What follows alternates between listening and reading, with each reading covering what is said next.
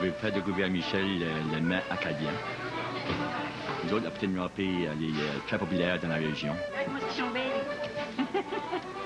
Ce matin, on est en train de faire des poutines. C'est pour ramasser des fonds pour notre club. Pour faire environ 800 poutines, il nous a fallu 22 sacs de patates de 50 livres, 36 kilos de viande. Il va y avoir des kiosques où ils vont vendre des poutines avec des oignons, des poutines avec pas d'oignons. Danny et Michel seront ici aussi avec la pâte à la main pour faire des poutines.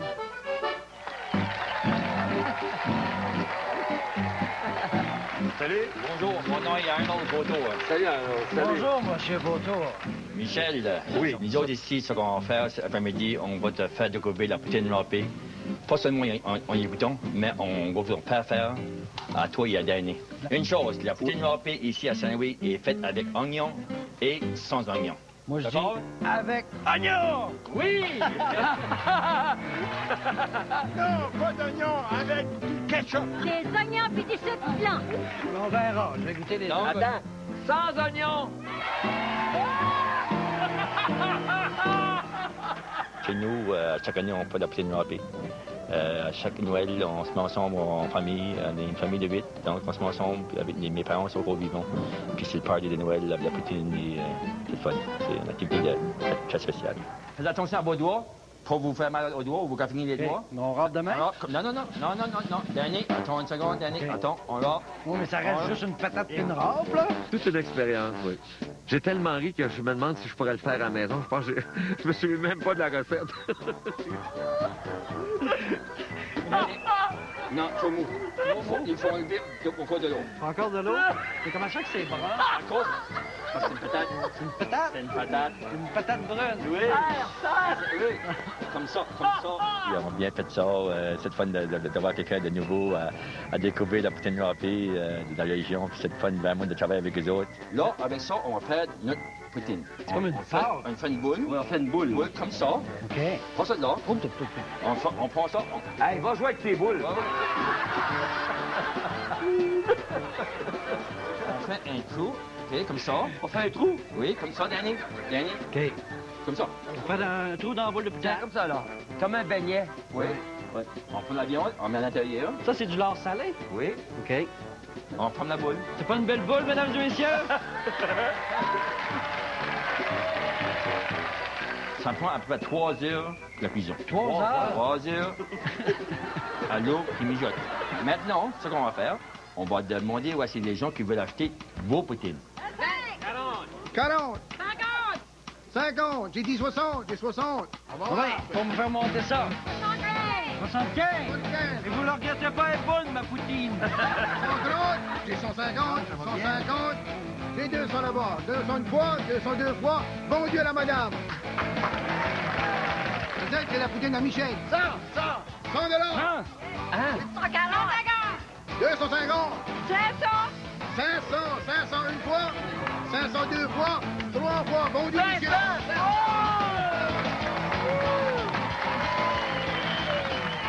Les gens sont extrêmement généreux. Il n'y a jamais personne qui avait payé 500$ pour une poutine, par exemple. Là, quel est vous autres qui a eu des oignons? Je sais pas, j'ai pas d'oignon, je suis pas sûr. Et vous mangez ça à quelle occasion? C'est tout à Noël. Les fêtes. À les fêtes, c'est spécial. C'est délicieux. D'habitude, les gens, pour la première fois qu'ils mangent la poutine râpée, à cause de la texture, ils font cette grimace-là. Mais je vois ton visage. Non, mais c'est une texture particulière. Oui, c'est différent. C'est pas vraiment beau, là, les poutines. Là. C'est comme couleur de gris. Moi, je dis, fermez-vous les yeux, ouvrez-vous la bouche, puis donnez-vous la chance de goûter parce que c'est bon. On aimerait vous remettre une rampe au nom de tout le groupe d'équipe d'âge d'or. Puis, merci. c'est pour vous présenter aussi le montant. Si vous pouvez le dévoiler le montant avec toute la vente des poutines, puis le montant qu'on a ramassé. 1700 $. Wow.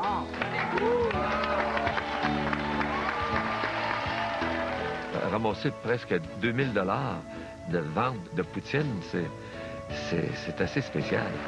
L'argent va être remis au club de l'âge d'or. Pour moi, c'est très important. Il faut admettre qu'après 50 ans de carrière, c'est sûr que les gens qui connaissent Louvain sont rendus à l'âge d'or, c'est normal. Et je me suis toujours occupé de près des personnes âgées, parce qu'il y en a qui s'ennuient, qui sont délaissés. Il faut s'occuper d'eux. pensais pas qu'il y ait une petite voile avec un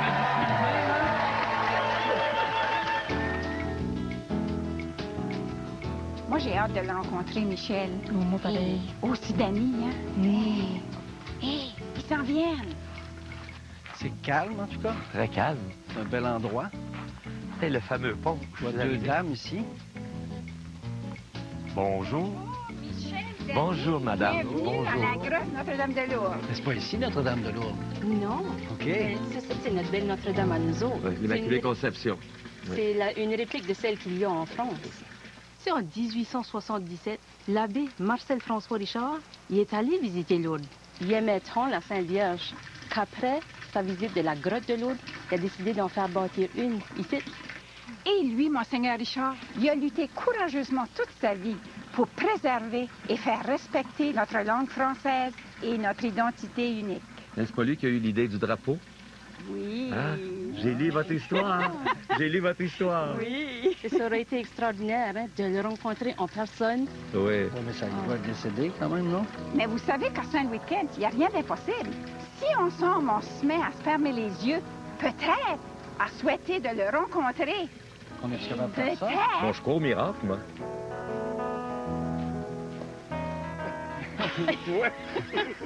Vous êtes revenu à la vie. Vous êtes mon... Monseigneur Richard? Je suis Marcel François Richard.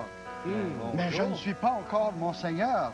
Après tout, on est en 1884, n'est-ce pas? Tu vois? On a voyagé vite. Oui. J'arrive de chez Marie Babineau. Marie Babineau, c'était la fille à Hilaire, à Joseph Babineau. Ces Babineaux-là étaient les premiers habitants de Saint-Louis-de-Kent. J'avais demandé à Marie de confectionner, de coudre une étoile jaune sur ce drapeau. Voyez-vous, sans l'étoile, ben, c'est le drapeau de la France. Oui. Ben, ça nous rappelle que nos ancêtres venaient de la France. Français, c'est ça.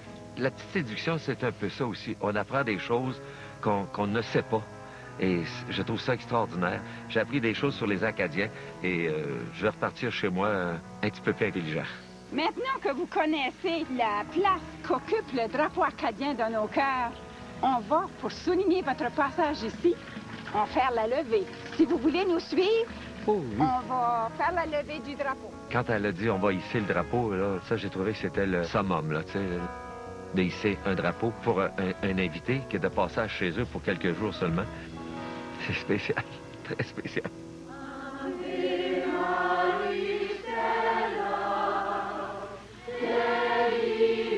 Oh, mon Dieu.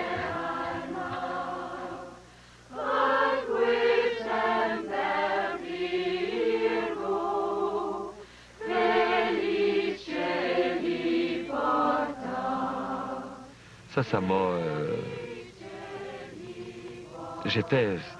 C'était céleste. Je m'attendais pas à ça. C'était comme... Je pensais que les anges chantaient au ciel. L'Ave Maristella, c'est notre hymne national.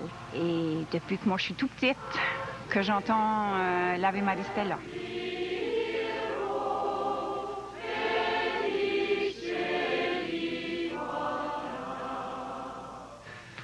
C'était très touchant, là. Beau, très beau.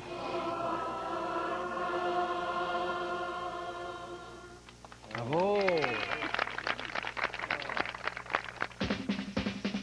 Alors, si j'ai bien compris, ici, René, à Saint-Louis-de-Kent, c'est le paradis du camping. En plein ça. On a 4 terrains de camping, puis ça fait un total de 650 sites. Ça fait qu'on peut dire qu'ici, la population se multiplie par 4 en pleine saison touristique. Puis j'imagine que la mer n'est pas trop loin.